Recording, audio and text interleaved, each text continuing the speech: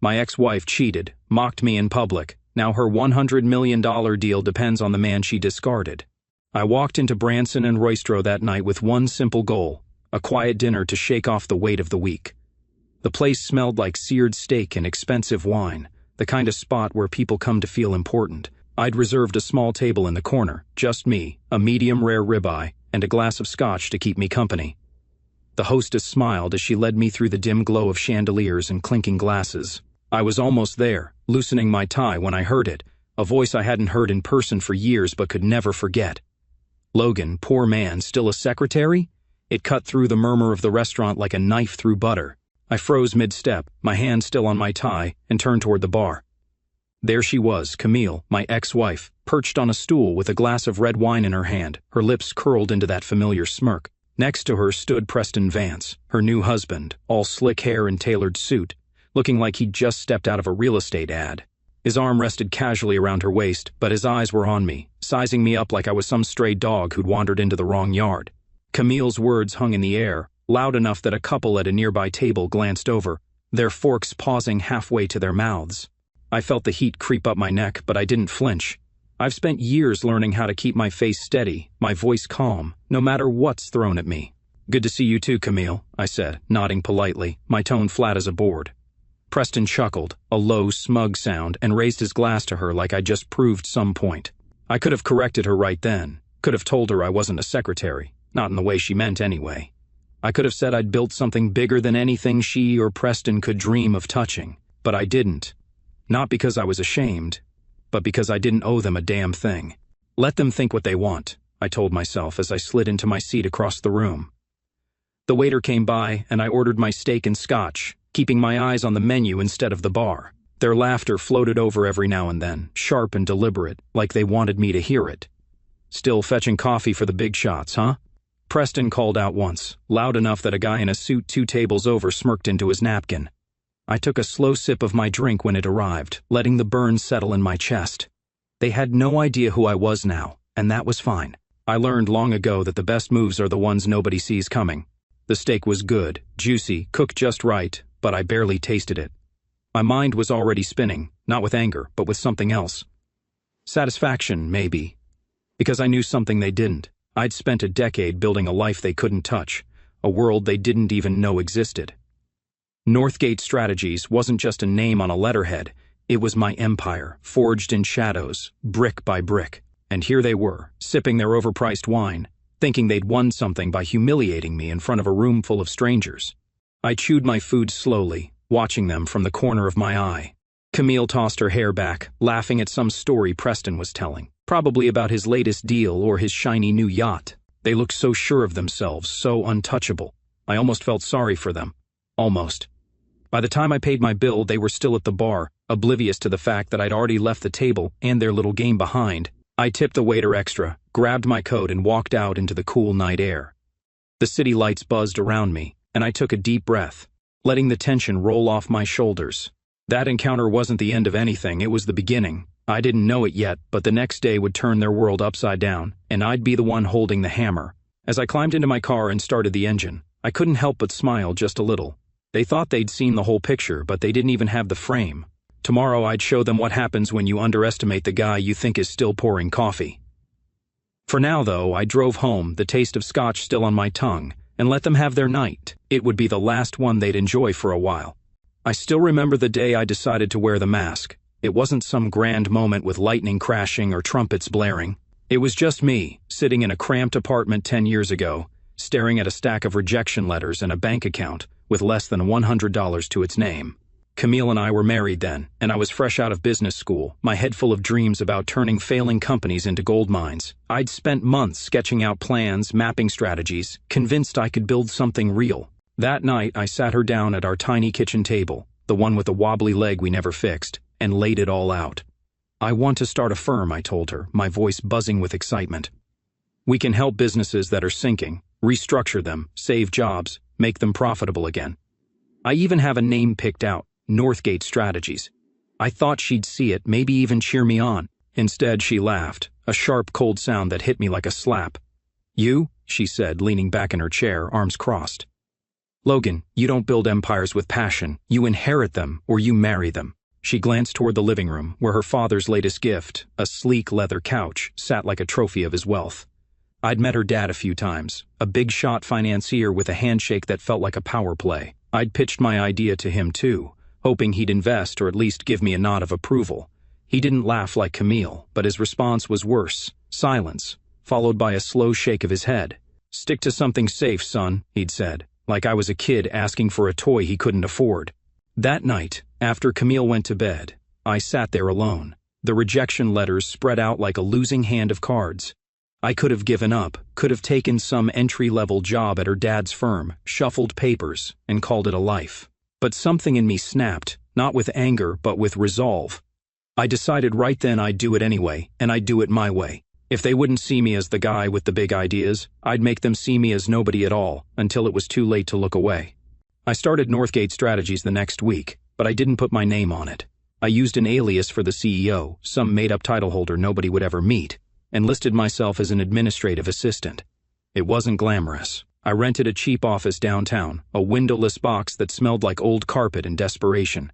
I answered my own phones, typed my own emails, scheduled my own meetings. When I pitched to clients, I'd show up with a notepad and a pen, letting them think I was just the guy taking orders from someone higher up.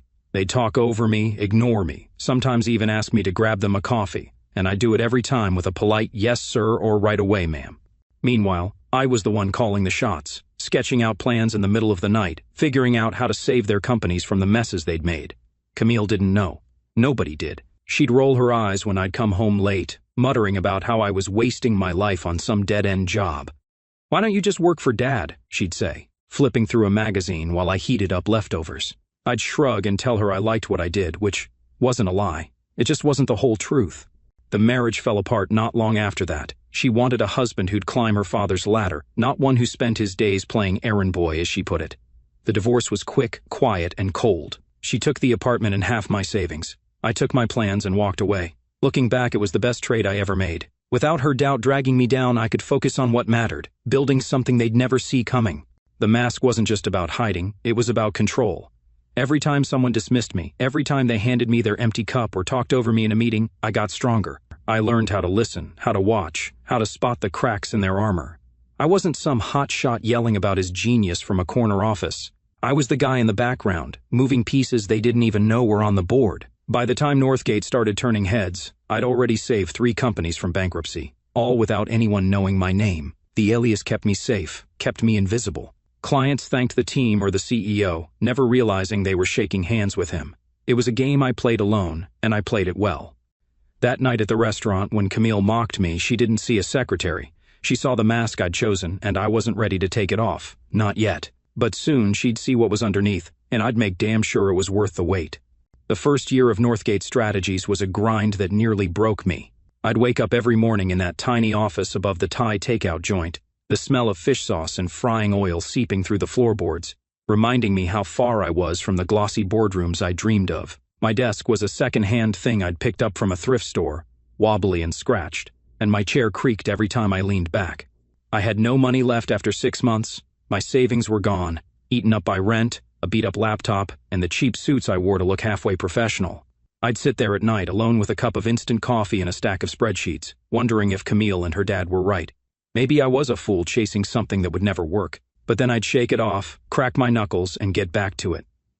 I wasn't ready to quit. Not when I'd barely started. The breakthrough came when a small logistics company called Trident Hall took a chance on me. They were on their last legs, debts piling up, trucks rusting in the yard, employees jumping ship. The owner, a gruff guy named Tom with a beard like steel wool, didn't have much faith in me at first. I showed up to our meeting in a wrinkled shirt carrying a binder full of ideas, and he looked me up and down like I was some kid selling cookies door to door. "You're the assistant, right?" he said, squinting. "Where's the boss?" I smiled, set the binder on his desk, and told him, "I'm the one you're meeting with. Let's talk about saving your business." He didn't kick me out, which was a start. I spent an hour walking him through my plan: cut costs, renegotiate supplier contracts, streamline routes. He didn't say much, just nodded and scratched his chin. At the end, he leaned back and said, "All right, kid, you've got 2 months. Don't screw me over." I didn't sleep much those 2 months. I'd drive out to Trident's warehouse at dawn, watching the drivers load trucks, scribbling notes on a clipboard while they ignored me. I'd call vendors from a payphone. My cell plan had lapsed. Haggling until my voice went hoarse. Nights were spent in that office, poring over numbers, figuring out where every dollar could stretch. Tom thought I was just relaying orders from some mysterious CEO, and I let him. It was easier that way. By the end of the trial, Trident was breaking even. By the end of the year, they were turning a profit, small but steady. Tom shook my hand, a rare grin cracking his face, and said, "Tell your boss he's got a gift." I just nodded and said, "I'll pass it along." That was the first brick in Northgate's foundation, laid in silence, with nobody knowing who held the trowel. Word started to spread after that, not loud, not flashy, just a whisper among desperate business owners. I'd get calls from companies I'd never heard of, people asking for Northgate's team to take a look at their books. I'd show up alone, still playing the assistant, still carrying coffee and taking notes while they spilled their problems. Then I'd go back to my office and work out the fixes, new budgets, layoffs if I had to, partnerships to shore up cash flow. Every success built the next one. I saved a textile mill in Ohio, then a hardware chain in Michigan, each time staying in the shadows, letting the results speak while I shuffled papers and smiled like I was just the help. My bank account started growing again, slow at first, then faster. I moved out of that dump above the takeout place into a modest apartment, bought a better suit, upgraded my laptop, but I kept the mask on. No fancy office, no big sign with my name on it. Northgate was a ghost, and I was its shadow. Then I met Bryn. She was an analyst at one of the companies I saved, a sharp, no-nonsense woman with a knack for spotting patterns I'd miss. When her firm turned around, she tracked me down, showing up at my new office with a resume and a question, "Who's really running this show?" I tried to play it off, but she saw through me in 10 minutes flat. "You're not just the assistant," she said, arms crossed, staring me down. "Nobody this good at fixing messes takes orders. They give them." I hired her on the spot. She became my right hand, the first person I trusted with the truth. Together we built a team, small, quiet, and damn good at what they did. We'd sit around a folding table in my apartment, eating takeout and plotting turnarounds like it was a war room. Northgate grew, but we stayed invisible. CEOs thanked us over the phone, never knowing who they were talking to. Boardrooms buzzed about the shadow firm that could save anything, and I liked it that way. Power wasn't about a corner office or a title on a door, it was about results nobody could trace back to you. By the time I ran into Camille and Preston at the restaurant, Northgate was a machine, humming in the background of industries they'd never understand. That first year of hell, the sleepless nights, the empty wallet, the doubt, it had forged something unbreakable. I'd built a foundation in silence, and it was stronger than anything they could have inherited or bought. They mocked me that night, thinking I was still the guy scrambling for scraps. They didn't know I'd been stacking bricks for a decade, waiting for the moment to show them the wall. And that moment was coming. Quietly, steadily, like everything else I'd built. The morning after that run-in at Branson and Roystro, I was back in my office, a plain room on the 10th floor of a downtown building that didn't scream money but got the job done. The walls were bare except for a single framed photo of my old college crew, a reminder of simpler days. I was at my desk, a sturdy oak thing Bryn had insisted I upgrade to, flipping through a stack of contracts that needed my signature. The hum of the city filtered through the window, car horns, distant sirens, the pulse of life outside. I'd shaken off the restaurant scene by then, or at least I thought I had. Camille's voice still echoed in my head. Poor man, still a secretary, but I wasn't mad. I was focused. The scotch from last night was a faint memory, replaced by black coffee in a chipped mug. Then Bryn burst in, her heels clicking fast on the hardwood floor, a file clutched in her hand like it was a live grenade. "Logan, you need to see this," she said, her voice sharp enough to pull me out of my thoughts. She didn't knock. Never did when something big was up. I set the contracts down and leaned back in my chair, raising an eyebrow. Bryn's not one for drama unless it's worth it, so I knew this wasn't small. She slapped the file on my desk, the papers fanning out a little, and pointed at the top sheet. "Vance Cortez Holdings," she said. "Preston's company. They're pushing a merger to buy out a chain of medical facilities, 5 hospitals, all on the brink. Big money, $100 million on the table." I scanned the page. It was a standard proposal, the kind I'd seen 100 times. Ambitious, flashy, and probably over-leveraged. Preston's name was all over it, his signature scrolled in bold ink like he owned the world. I almost laughed. "Okay," I said, looking up at Bryn. "Why is this my problem?" She flipped to the second page and tapped a highlighted clause. "This," she said, her finger jabbing the text. "New federal regulation. Any deal this size involving healthcare needs oversight and a co-signature from a third-party firm with restructuring credits." Guess who they picked? I read it twice to make sure I wasn't seeing things. There it was, in black and white, Northgate Strategies, designated consultant and co-signatory. My chest tightened. Not with nerves, but with something closer to glee. Preston and Camille had no idea. They'd submitted this months ago, probably through some lawyer who'd heard Northgate's name in a boardroom whisper, never knowing who was behind it. I leaned back, a grin tugging at my mouth. "They don't know, do they?" I said, more to myself than to Bryn. She smirked, crossing her arms. "Not a clue. They think they're meeting some faceless suit tomorrow." I pictured it, Preston strutting into that meeting, Camille at his side with her designer bag and her smug little smile, expecting to steamroll some pencil pusher into signing off on their deal. They'd mocked me last night, thinking I was still the guy fetching coffee, and now their whole $100 million play depended on me. The irony was so thick I could have spread it on toast. I tapped the file with my pen, my mind already racing. "Set the meeting," I told Bryn, keeping my voice steady even though I wanted to laugh out loud. "Tomorrow, 10 o'clock in the morning, our conference room. And make sure I'm at the head of the table." She nodded, already pulling out her phone to make it happen. "You got it, boss," she said, and there was a glint in her eye that told me she was enjoying this as much as I was. After she left, I sat there for a minute, staring at the file. The numbers stared back, projected profits, asset valuations, debt ratios. It was a solid plan on paper, but I knew Preston. He was all flash, no depth. He'd overpay to look like a big shot, then scramble to cover the gaps later. I'd seen his type a dozen times, guys who think money buys success instead of strategy. This deal could work, but not without Northgate's tweaks and definitely not without my signature. I flipped the file closed and took a sip of coffee, letting the bitter taste ground me. Last night they'd laughed at me in front of a room full of strangers. Tomorrow they'd walk into my house begging for my help, and they wouldn't even know it was mine until I sat down. It was almost too perfect. I spent the rest of the day prepping. I called in my team, 6 of us total, including Bryn, and we went over the proposal line by line. We found holes, just like I'd expected, inflated revenue forecasts, shaky financing, a timeline that would collapse under its own weight. "They're betting on momentum, not math," Bryn said, scribbling notes. I nodded, marking up my own copy. "We'll fix it," I said, "but on our terms." By the time we finished, it was dark outside, the city lights blinking through the blinds. I sent everyone home, but I stayed, tweaking the revised contract alone. I didn't need to gloat or rub it in their faces. That wasn't the point. The point was control.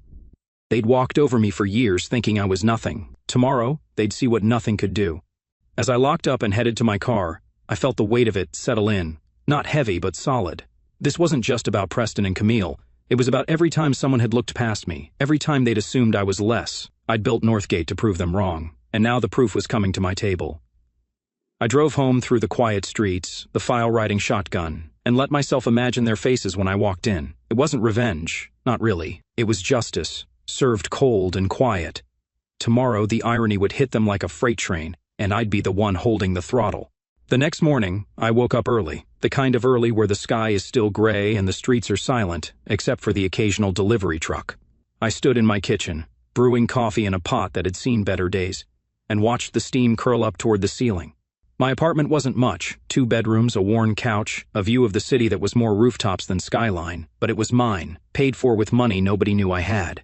I pulled on a suit, nothing flashy, just a dark gray one that fit well, and tied my tie in the mirror.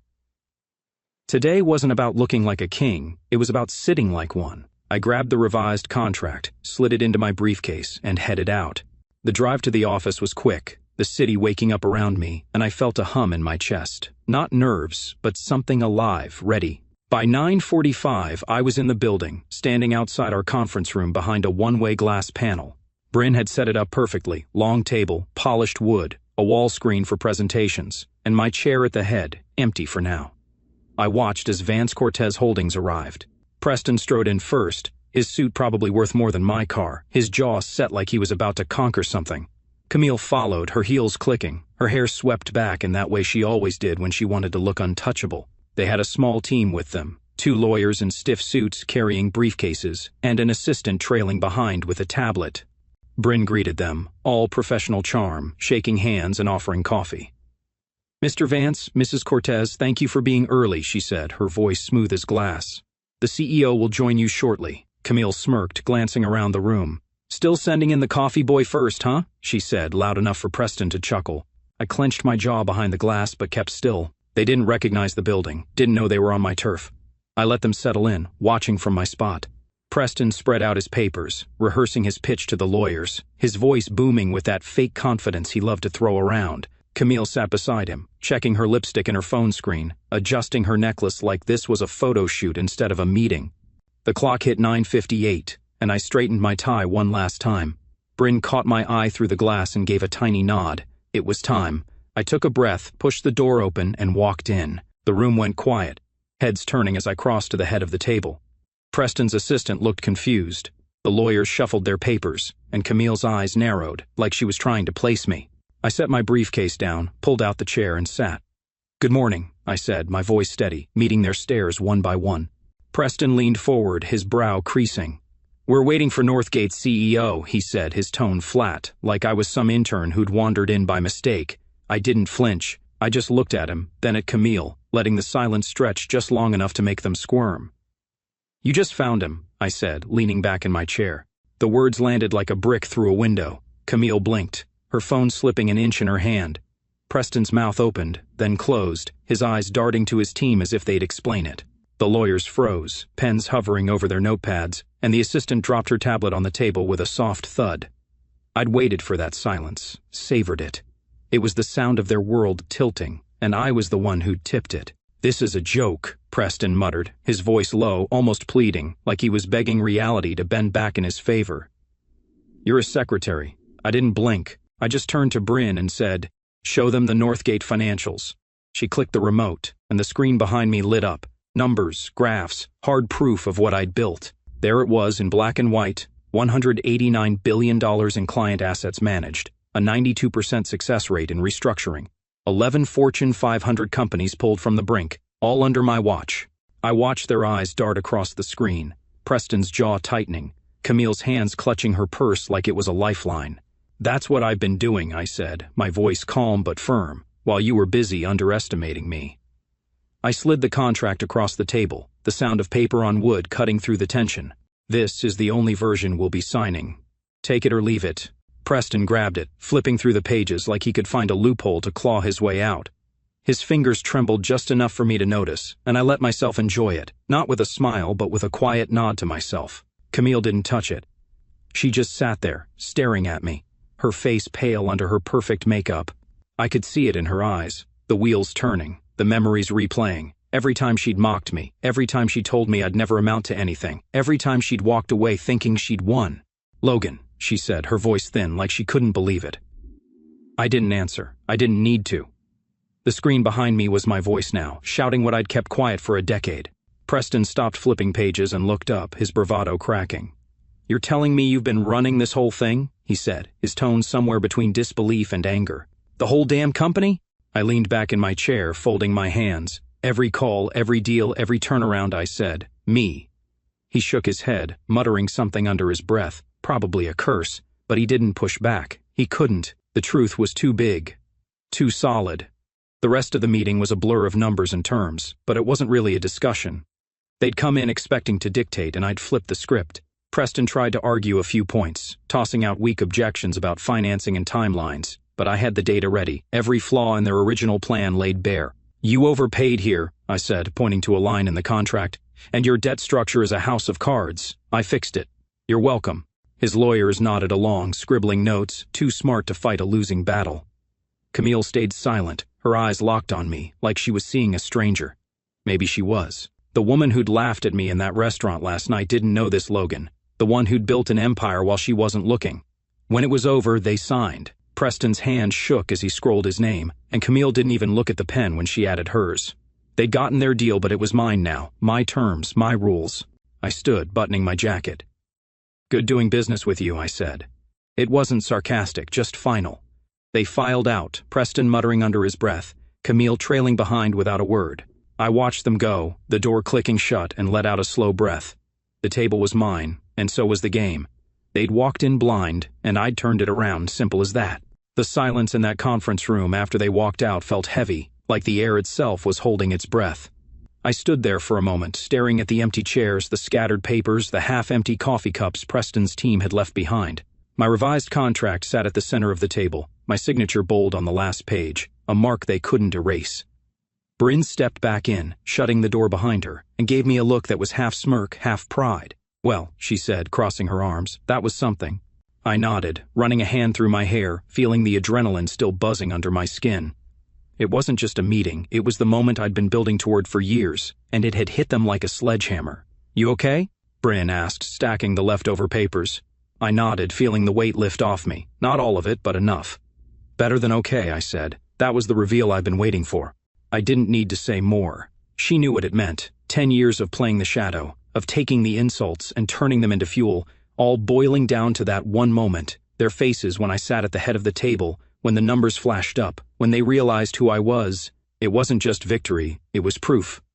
Proof that I'd been right to keep going, to build in silence, to let them think they'd won until I could show them they hadn't. I didn't gloat as they left. I didn't have to. The reveal was enough, and it echoed louder than any words I could have thrown at them. They'd mocked me last night, but today, they'd signed my contract. That was all I needed to see. After they left, I stayed behind for a while, just me and the quiet. The table was a mess, papers scattered, coffee cups tipped over, a pen one of Preston's lawyers had forgotten glinting under the lights. I sank back into my chair at the head, the leather creaking under me, and let the moment settle. My pulse was still up, but it wasn't racing anymore, just a steady thrum, like an engine idling after a long drive. Bryn poked her head in, holding a bottle of champagne and 2 glasses. "Thought we might celebrate," she said, raising an eyebrow. I nodded, and she popped the cork, the sound sharp in the empty room. We clinked glasses, the bubbles fizzing against the rim, and I took a sip. It tasted good, clean, crisp, earned. "To 10 years, I said, lifting my glass again. She grinned. "To 10 years and one hell of a reveal." We didn't talk much after that. She knew I needed the space, so she left me with the bottle and a stack of messages from the team. Congratulations, mostly, mixed with a few "I told you so" from the ones who'd been in on the secret longest. I turned off my phone instead of reading them all. The news hit fast, though. I didn't need to check to know. By noon, my inbox was overflowing, and Bryn came back with a printout from some online headline: "Mysterious CEO of Northgate Strategies revealed, ex-wife in the room." It was trending everywhere, she said, her voice half amused, half awed. I skimmed it, saw my name in bold, and set it aside. Let it spread, I thought. I'd spent a decade hiding, now the world could see what I'd built. I didn't need to shout about it. The fallout would do the talking. Camille called twice that afternoon. I didn't pick up. Her number flashed on my screen, the same one I'd memorized years ago, and I just watched it ring out. Preston didn't call, but he sent an email through one of his lawyers, some polished nonsense about reviewing adjustments to the deal. I read it once, then typed back, "Terms remain unchanged. Take it or leave it." I hit send and leaned back, staring at the ceiling. They'd signed my contract, but they weren't done squirming. I'd expected that. People like them don't go down quiet, they thrash until the rope's too tight. And it was tight now. Word got back to me later that day. Other companies Preston had bullied into deals were pulling out, spooked by the news. His $100 million merger was safe, thanks to me, but his reputation wasn't. Northgate's stock jumped 20% by closing bell, and my office line rang off the hook with partners wanting in. I didn't gloat.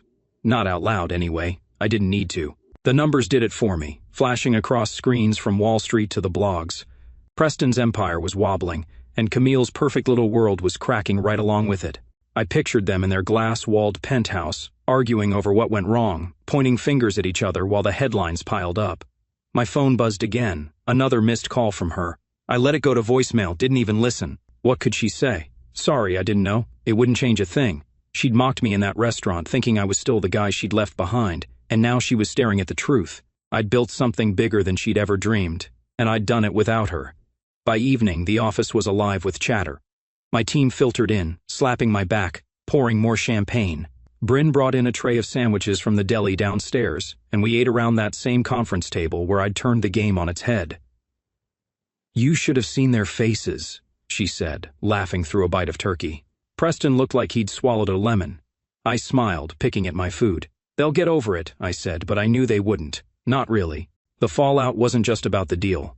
It was about power shifting, about the guy they dismissed stepping out of the shadows and taking the wheel. Other firms called, some to congratulate, some to pitch new projects. I let Bryn handle them. I was done talking for the day. Later, alone again, I stood by the window, watching the city lights blink on. The champagne bottle was empty, the sandwiches gone, the team back to their desks or their homes. I thought about those 10 years, the late nights, the doubts, the times I poured coffee for people who'd never know they were thanking me later. I'd played invisible, let them laugh, let them assume. And now the mask was off, and the fallout was theirs to deal with. Preston's board would grill him, Camille's social circle would whisper, and every deal they chased from here on out would carry my shadow. I didn't need to say a word. The silence I'd built my empire in was louder than anything they could throw back. I locked up around midnight, the building quiet except for the hum of the janitor's vacuum down the hall. My briefcase felt lighter going home, even with the contract still inside. The fallout wasn't over, I knew that.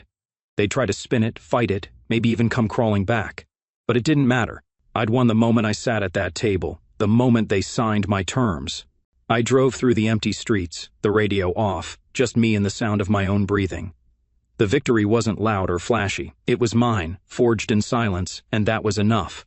Let them scramble. I'd already moved on. The days after that meeting felt like standing in the eye of a storm, everything spinning around me, but I was calm at the center. I woke up the next morning to my phone buzzing nonstop, notifications piling up like leaves in a gutter. The story was everywhere. News sites, social media, even a couple of those late-night business shows where guys in suits yell about stocks. Northgate's shadow CEO steps into the light, one headline read. Another went with, ex-wife's restaurant jab backfires in $100 million deal. I scrolled through a few, sipping coffee at my kitchen counter, but I didn't linger. The world was doing the work for me now, spreading the truth I'd kept quiet for years. I didn't need to add fuel to the fire, it was already burning bright. Camille didn't waste time trying to rewrite the narrative. By mid-morning, Bryn texted me a link to a podcast she'd done, an hour-long interview on some lifestyle show called Nah High Life. I pulled it up on my laptop, leaned back in my chair, and hit play. Her voice came through, smooth and polished, the same tone she'd used to charm dinner parties back when we were married. I always believed in Logan's potential, she said about 10 minutes in. Even when we were together, I knew he had something special. People are making this into a bigger drama than it is. I snorted into my coffee. The host pressed her, asking about the restaurant, and she laughed it off. Oh, that was just a little tease, she said. We've always had a playful dynamic. Playful, sure. I could still hear her voice from that night. Poor man, still a secretary, cutting through the bistro like a blade. I didn't buy it, and neither did anyone else. Someone, a random guy at the restaurant, I guess, had recorded the whole thing on his phone. By noon, the clip was online, uploaded to every platform that mattered. I found it later that day, a shaky video with bad lighting but clear audio. There I was, walking to my table, and there she was at the bar, wine glass in hand, smirking as she called out to me. Preston's laugh followed, loud and smug, and the words echoed again, still fetching coffee for the big shots, huh? It was raw, unfiltered, and it spread like wildfire. Comments piled up, some calling her out, some mocking Preston, a few even cheering me on. This dude's a legend, one guy wrote, built an empire and let her talk herself into a hole. I didn't reply or repost it. I didn't need to. The clip was a mirror held up to her lies, and the internet was the microphone amplifying it. Preston's world started crumbling faster than hers. Word got back to me through a contact at his firm. His board was furious. The merger was locked in thanks to my signature, but the headlines made him look like a fool who'd stumbled into a deal he couldn't control. By the end of the day, he was suspended, pending a vote of no confidence, whatever that meant for a guy like him. His team was scrambling, sending out press releases that nobody bought. I pictured him in his corner office, yelling at his assistant while the walls closed in. Meanwhile, Camille went dark. Her social media accounts, usually full of curated photos and clever captions, vanished overnight, probably deleted after the video hit. I didn't check to confirm. I didn't care enough to. They reached out again, of course. Camille left another voicemail, her tone softer this time, almost pleading. Logan, can we talk? Just call me back. I deleted it without a second thought. Preston's lawyer emailed again, a longer message about revisiting terms and mutual benefits. I didn't bother replying. The deal was done, signed in ink and blood. My blood, from years of work they'd never understand. They'd had their chance to see me, back when I was pitching dreams at that wobbly kitchen table, and they'd laughed me off. Now they were begging, and I wasn't in the mood to listen. I'd taken back my power, not with a fight or a speech, but by showing them what I'd built. That was enough. The fallout kept rolling. Northgate's phone lines buzzed with new clients, old partners, even a couple of reporters sniffing for an interview. I turned them all down. Bryn handled the calls, her voice crisp and professional, filtering out the noise. You're a ghost who's not a ghost anymore, she said, dropping a stack of messages on my desk. I shrugged. Let them talk, I said. I'm done hiding, but I'm not here to perform. She nodded, understanding. The spotlight was on, but I wasn't about to dance in it. The video, the headlines, the whispers, they were doing the work I'd never wanted to do myself. Preston's suspension trended higher than his merger ever had, and Camille's podcast flopped under a wave of skeptical comments. The mirror was up, the microphone was on, and they couldn't escape their own reflections. I spent the evening alone, cooking a simple dinner, steak, potatoes, nothing fancy. The TV stayed off, the phone stayed silent. I ate at my small table, the city humming outside, and felt the quiet satisfaction of it all. They'd mocked me in public, and now the public was mocking them. I didn't need to say a word, didn't need to call her back, didn't need to tweak the deal. The truth was out, raw and loud, and it was cutting deeper than any comeback I could have thrown. I'd spent years building in the dark, and now the light was theirs to choke on. I finished my meal, washed the dishes, and went to bed early. The storm could rage on, I'd already weathered mine. The dust from that meeting didn't settle, it just shifted, blowing into something bigger than I'd planned. I woke up a few days later to an inbox stuffed with emails, not just congratulations anymore, but requests. People wanted Northgate's help, my help, and not just the usual CEOs with failing companies. There were startups reaching out, small outfits run by kids barely out of college, veterans trying to turn their grit into businesses, even a single mom who'd emailed me about her bakery going under. "I heard you save things," she wrote, her words simple but heavy. I sat there at my kitchen counter, coffee going cold, reading through them all. I'd spent a decade fixing messes for big shots who barely said thanks. Now the little guys were knocking, and it hit me different. I called Bryn that morning, pacing my apartment with the phone pressed to my ear. "We need to do something," I said, my voice rough from not enough sleep. "These people, they're like I was, starting with nothing. We can help them." She didn't miss a beat. "You mean a program?" she asked, already ahead of me. "Mentoring, funding, the works." I nodded, even though she couldn't see it. "Yeah," I said, "for the overlooked ones, the ones nobody bets on." By noon, we were in the office, sketching it out on a whiteboard. We called it the Legacy Blueprint, a way to take what I'd learned and pass it down. Not just money, but know-how, connections, a leg up for people who'd been told they didn't belong in the game. We launched it fast. I tapped some of Northgate's profits, nothing crazy, just enough to get started, and set up a team to run it.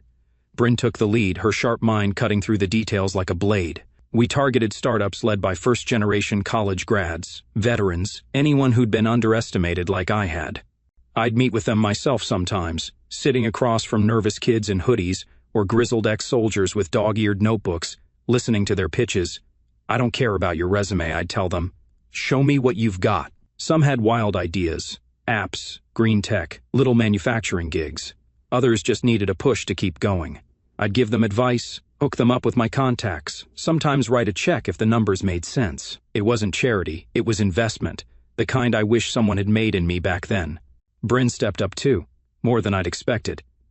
I made her COO a week after the program kicked off, handing her the reins to Northgate's day-to-day so I could focus on the blueprint. She deserved it, years of keeping my secrets, crunching numbers, holding the line. "You sure about this?" she asked when I told her, her arms crossed like she was waiting for the catch. "Positive," I said. "You've earned it." She didn't argue, just nodded and got to work. With her running the show, our staff doubled. New analysts, project managers, a couple of assistants who weren't me playing pretend anymore. The office buzzed now, not just with deals, but with purpose. We weren't a shadow firm anymore. We were a name people knew, and they came to us for more than just rescues. The companies we'd saved over the years started sending stuff.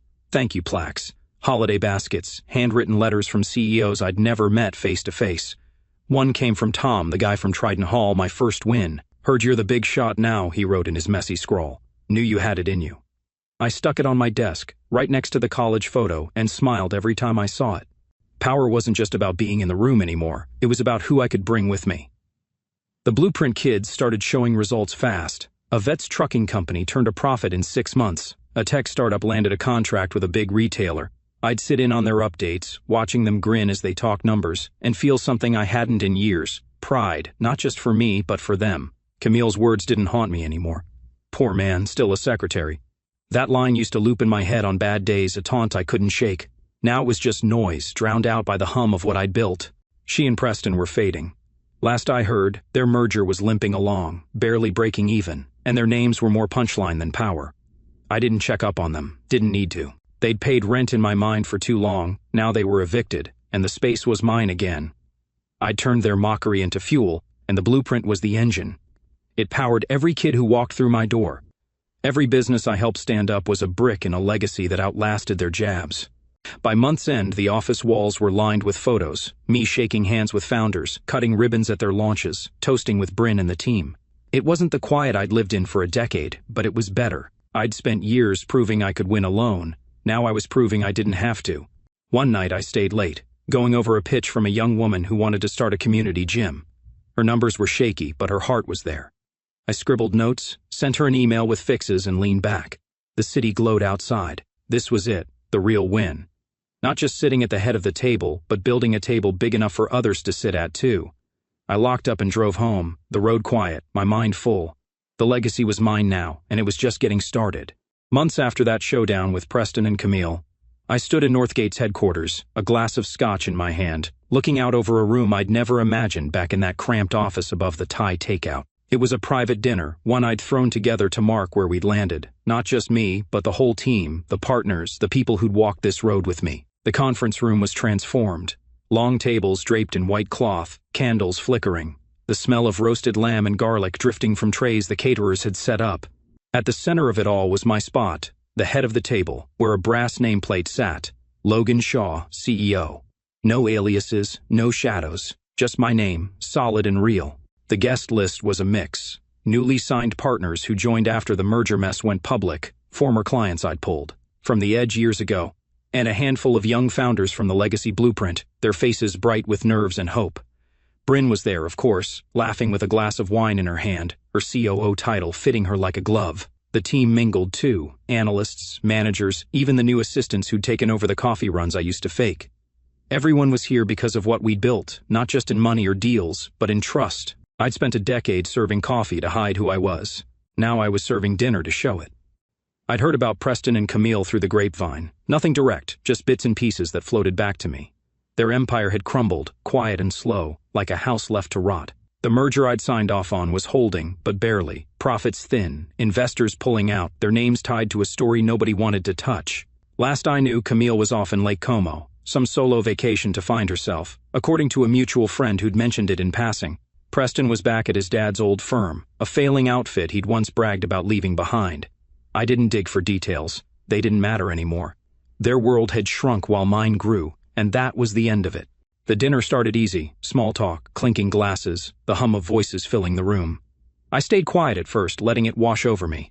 A guy from a logistics firm I'd saved years back came over, shaking my hand hard. "Never thanked you proper," he said, his voice rough. "Thought we were done for till you showed up." I smiled, told him it was nothing, but it wasn't. Those early wins were the bones of everything I had now. A kid from the blueprint, a wiry vet named Marcus who'd started a delivery service, tapped me on the shoulder later. "Got my first big contract last week," he said, grinning. "Your advice? Cut the fat, focus on the core, it worked." I nodded, proud in a way that hit deeper than any boardroom victory. Dinner rolled out, plates of lamb, mashed potatoes, greens that actually tasted good. I ate slow, watching the room. Bryn caught my eye from across the table, raising her glass with a smirk, like she knew what I was thinking. She'd been there from the start, back when it was just us and a folding table, and now she was running half the show. The founders swapped stories with the partners, the old clients toasted the new ones, and I felt it, the shift from what I'd done alone to what we were doing together. This wasn't just my table anymore, it was theirs too, and that was the point. When the plates were cleared, I stood, tapping my glass with a spoon. The room hushed. I wasn't big on speeches, but I'd been rolling a few words around in my head. "Thanks for being here," I started, my voice steady. "Some of you I've known forever, some of you I'm just meeting, but you're all part of this. Northgate, the blueprint, whatever we build next." I paused, looking at the nameplate, then back at them. I spent a long time proving I could sit here. Took a lot of years, a lot of quiet. But power's not about the chair, it's about what you do with it. So here's to power, the kind you don't have to shout about. I raised my glass and they did too, the clinks echoing, soft and warm. The applause came, polite but real, and I sat back down, letting the moment land. After that, the night loosened up. More drinks, more laughs. Marcus pulled me aside to show me his latest numbers on his phone, all excited, and I gave him a few pointers while the caterers brought out dessert. A partner from a tech firm asked about expanding the blueprint, and I told him we'd talk next week. It wasn't a party for show, it was a marker, a line in the sand between what I'd been and what I was now. I'd served consequences to Preston and Camille, sure, but this was bigger. This was about building something that lasted, something that didn't need their approval or their scorn. The night wound down late. People trickled out, shaking my hand, promising to stay in touch. Bryn was the last to go, clapping me on the back. "Good table," she said, nodding at it. "Fits you." I grinned, and she left, her heels clicking down the hall. I stayed behind, cleaning up a little, old habits, and stood by the window, the city dark and quiet below. The nameplate caught the light, and I ran my thumb over it. 10 years of coffee runs, of silence, of proving myself to nobody but me. Now I was here, at the head of a table I'd made, surrounded by people who'd carry it forward. That was power, real, steady mine. I locked up, drove home, and slept sound, the satisfaction deeper than any I'd ever chased.